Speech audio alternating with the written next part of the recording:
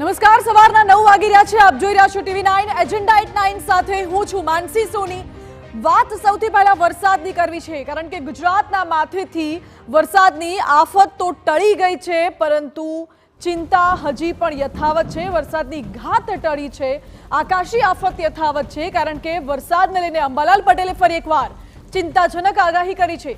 અંબાલાલ પટેલની આગાહી છે કે 3 સપ્ટેમ્બર એટલે કે અમાસના દિવસે ગુજરાતના કેટલાક ભાગોમાં ભારેથી અતિ ભારે વરસાદ પડી શકે છે. આ સાથે જ કેટલાક વિસ્તારોમાં પૂરનું સંકટ પણ સર્જાઈ શકે છે.